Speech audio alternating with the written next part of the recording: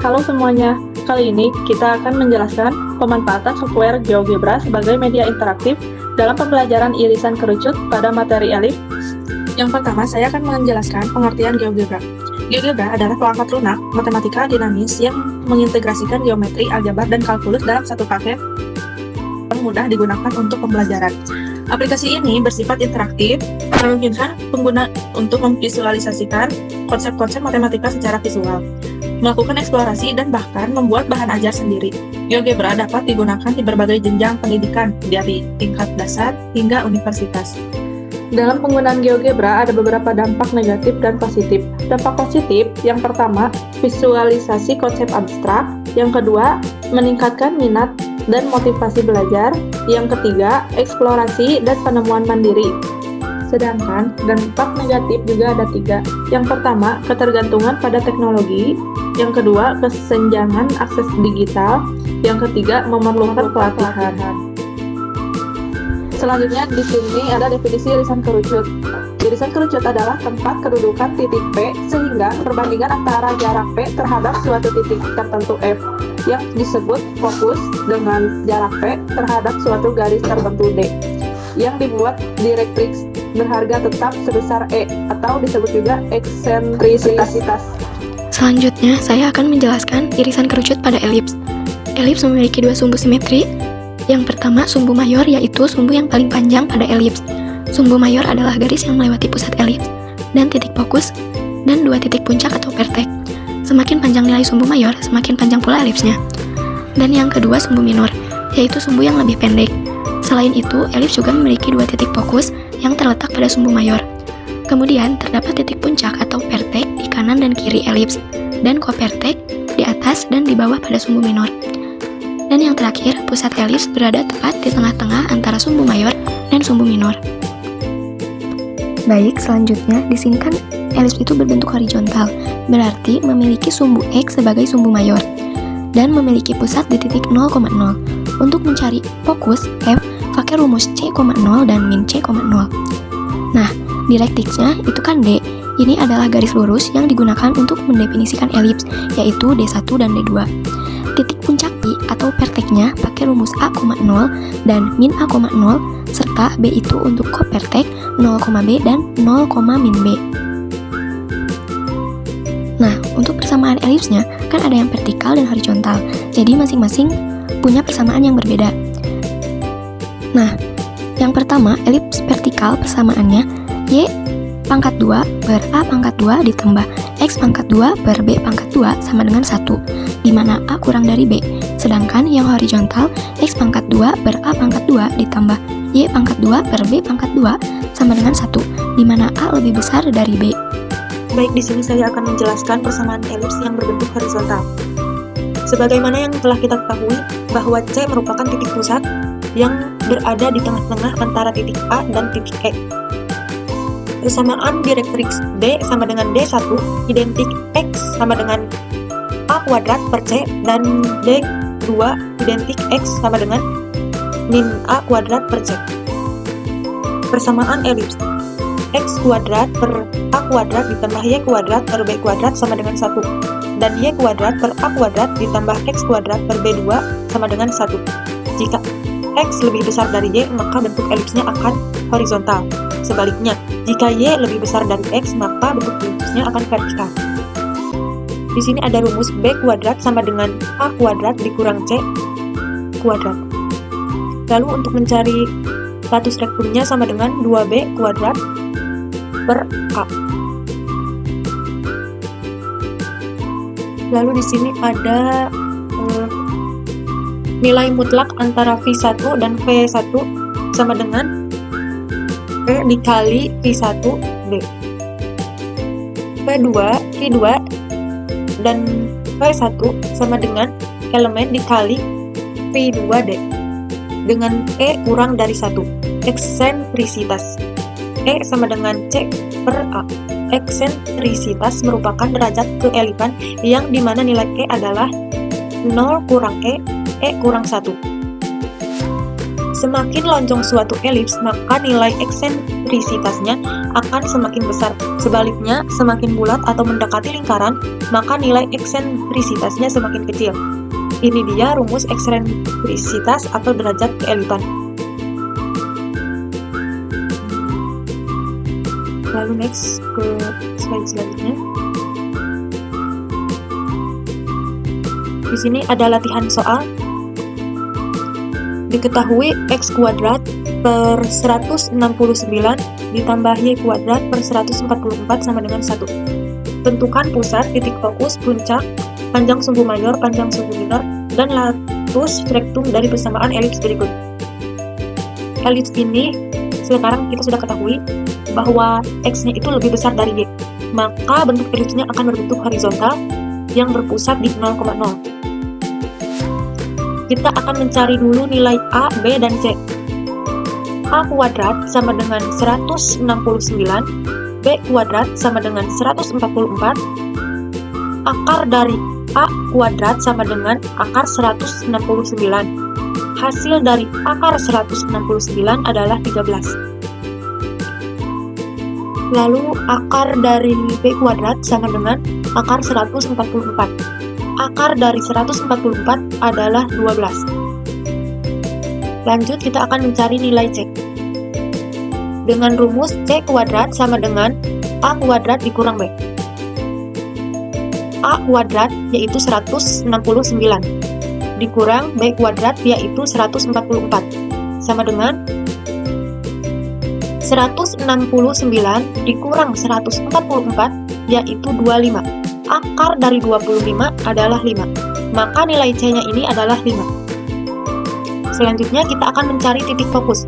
Titik fokus itu dirumuskan dengan C,0 dan min C,0. V1 5,0 dan V2 min 5,0. Lalu untuk titik puncak yaitu rumusnya A,0 dan min A,0. A-nya itu 13, maka kita dapat menulisannya dengan V1 13,0 dan V2 min 13,0. Yaitu untuk selanjutnya kita akan mencari sumbu mayor. Rumus sumbu mayor adalah 2 dikali A. 2 dikali A, A-nya itu 13. Jadi kita tulis 2 dikali 13 sama dengan 26. Dan untuk mencari panjang sumbu minor yaitu 2 dikali B. 2 dikali B. B-nya itu 12. Jadi 2 dikali 12 sama dengan 24. Untuk panjang latus rectumnya seperti bagaimana rumus ini. LR sama dengan 2 dikali B kuadrat per A. Per A sama dengan 2 dikali 144 per 13. 2 dikali 144 yaitu 288 per 13. Nah, sekarang kita akan mengaplikasikan di software GeoGebra-nya. Apakah jawaban kita itu sama dengan yang tadi kita sudah bahas? Oke, sekarang pertama-tama kita tinggal ketik aja soal yang tadi sudah kita bahas. Tapi kita perkecil ya si A-nya itu.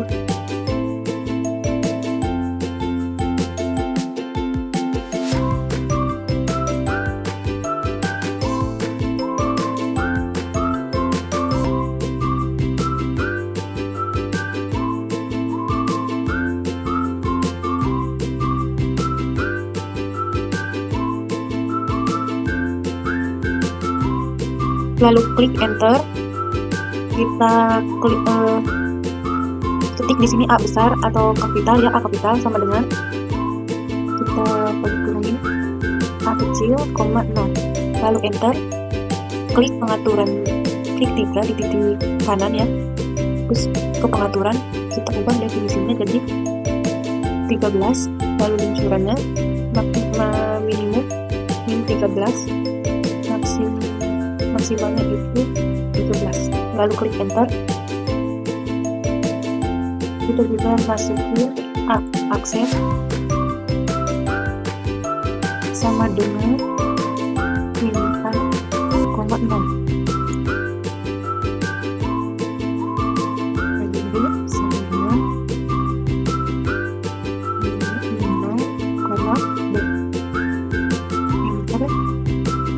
sama seperti yang tadi, kita tekan titik 3 di sini, terus masuk ke pengaturan, kita ubah definisinya itu jadi 12, lalu luncurannya juga minimumnya itu 12, min 12, maksimalnya juga jadi 12. Terus weight aksen sama dengan 0, min W. Klik enter, kita ketik lagi C sama dengan akar A kuadrat dikurang B kuadrat, lalu enter. Hasilnya itu 5. Untuk mencari fokus, ketik P sama dengan C, 0, lalu klik enter. P aksen sama dengan min C, 0, klik enter.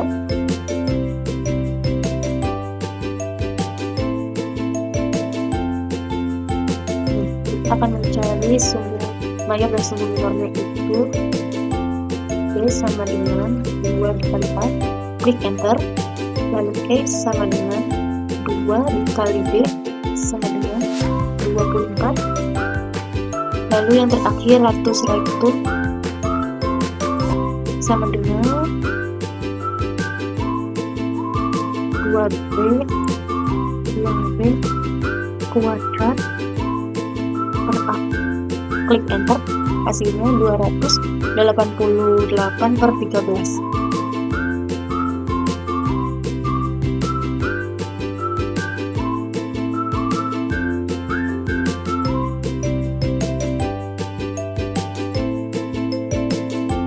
Jadi terbukti ya, jawaban kita yang dihitung manual sama di GeoGebra itu ternyata sama, dan bentuk elipsnya juga ternyata elips horizontal sama seperti yang tadi. Setelah mempelajari persamaan elips titik 0,0, sekarang kita belajar persamaan elips titik H, K. Misal kita memiliki sumbu X sebagai sumbu mayornya dan memiliki titik pusat di H, K. Yang pertama kita bahas adalah F1 dan F2. F1 itu fokus yang pertama dan F2 itu fokus yang kedua. Untuk fokus yang pertama itu H tambah C, K, dan fokus yang kedua H dikurang C, K. Kenapa C ini mempengaruhi H? Karena C itu atau fokus selalu berada di sumbu mayor. Karena sumbu mayornya berada di X, maka dia akan mempengaruhi H atau si absisnya. Kenapa dia ditambah? Karena C-nya ini bergerak ke kanan, dan kenapa yang satunya itu dikurang? Karena dia itu bergerak ke kiri. Selanjutnya ada dielectric, harusnya D1 dan D2.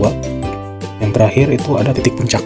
Titik puncaknya itu ada 2. Yang pertama ada V, dan yang kedua itu ada B. V ini untuk vertex atau puncak paling panjang, dan B ini untuk co-vertex, puncak yang lebih pendek daripada vertex. Yang pertama P1 ditambah H tambah H, K, dan P2 itu H dikurang A. Karena B ini berada di sumbu minor, dimana sumbu minor ini berada di sumbu Y. Karena K itu sama dengan Y, maka B ini akan mempengaruhi Y. Di B pertama, kenapa B-nya itu ditambah? Karena dia bergerak ke atas, dan B kedua itu kenapa dia dikurang? Karena dia itu bergerak ke bawah. Yang selanjutnya itu misal elipsnya sumbu Y sebagai sumbu mayor sama saja dengan X, cuma ini kebalikannya. Selanjutnya ada persamaan elips. Yang pertama ada persamaan elips horizontal dan elips vertikal. Yang pertama kita bahas dulu tentang elips horizontal. Persamaannya X dikurang H dikuadratkan per A ditambah Y kurang K dikuadratkan per B sama dengan 1. Untuk elips vertikal persamaannya X kurang H dikuadratkan per B kuadrat ditambah Y kurang K dikuadratkan per A sama dengan 1. Kenapa elips yang di kiri itu horizontal dan elips yang di kanan itu vertikal? Alasannya itu sangat dipengaruhi oleh A atau vertexnya. Ketika A-nya itu berada di X, maka elips yang kalian miliki itu bentuknya akan horizontal, dan ketika A yang kalian miliki itu berada di Y, maka elips yang kalian miliki itu bentuknya akan vertikal. Langsung saja kita masuk ke dalam soalnya itu X tambah 3 dikuadratkan per 64 ditambah Y ditambah 5 dikuadratkan per 64 sama dengan 1. Hal pertama yang kita lakukan, kita mengidentifikasi apakah elips ini vertikal atau horizontal. Kita cukup lihat nilai yang paling besarnya itu ada di mana. Jika ada di X maka dia akan horizontal, jika ada di Y maka dia akan vertikal.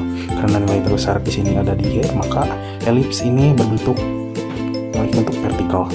Yang pertama yang bisa kita cari itu adalah titik pusatnya.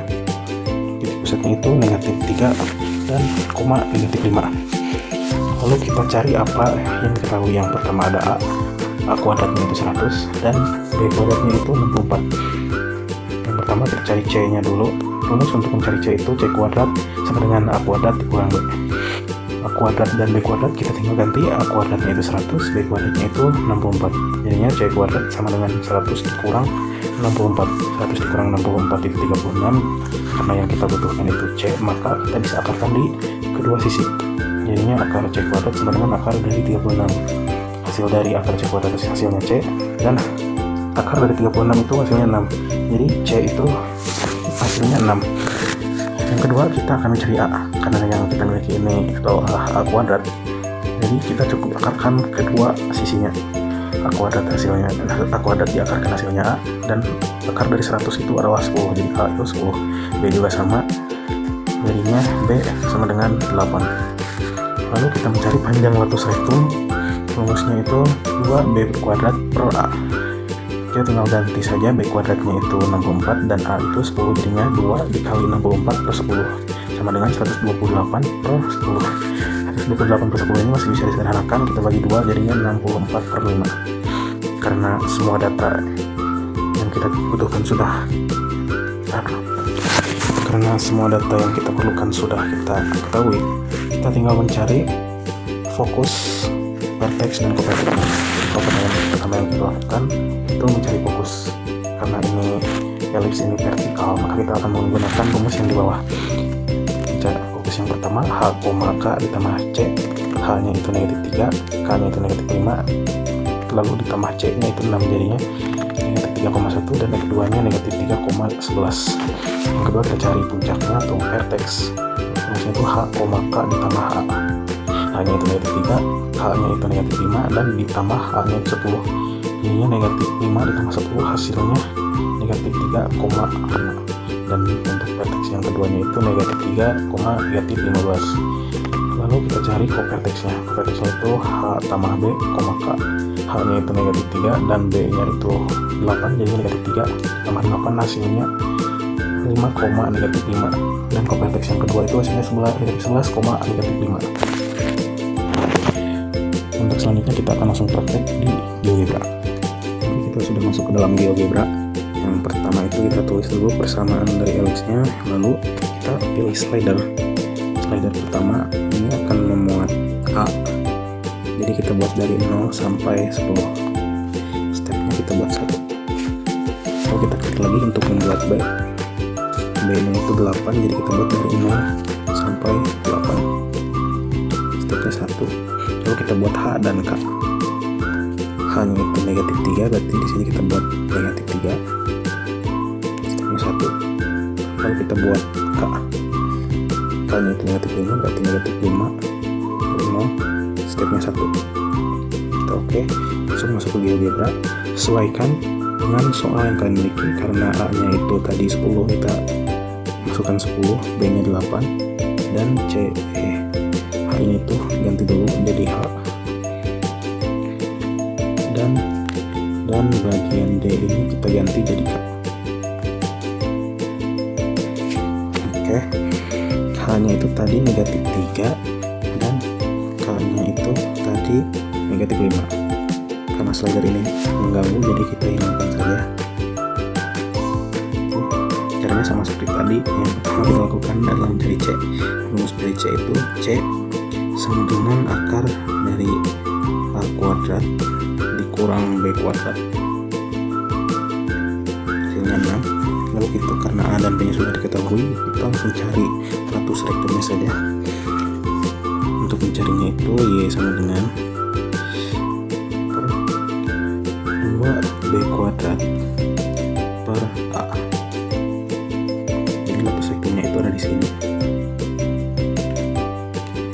Lalu kita mencari titik fokus, vertex, dan kovertex.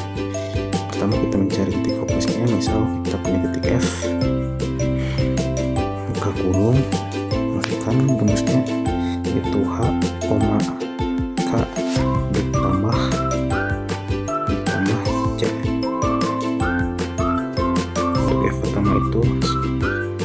3,1.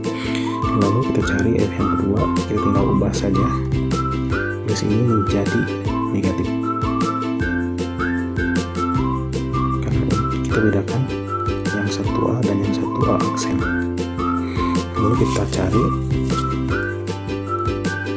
vertex atau titik puncak dari sumbu mayor. Selfie buka kurung, maksudnya itu H, K ditambah dengan H. Lalu kita cari yang satunya lagi, tinggal ubah plus ini menjadi minus. Lalu kita cari covertex B buka kurung, berarti H ditambah B koma K. Kita duplikat lagi inputnya, kita ubah tanda positif ini menjadi negatif. Jadi seperti itu cara mencari fokus, vertex, dan covertex di GeoGebra.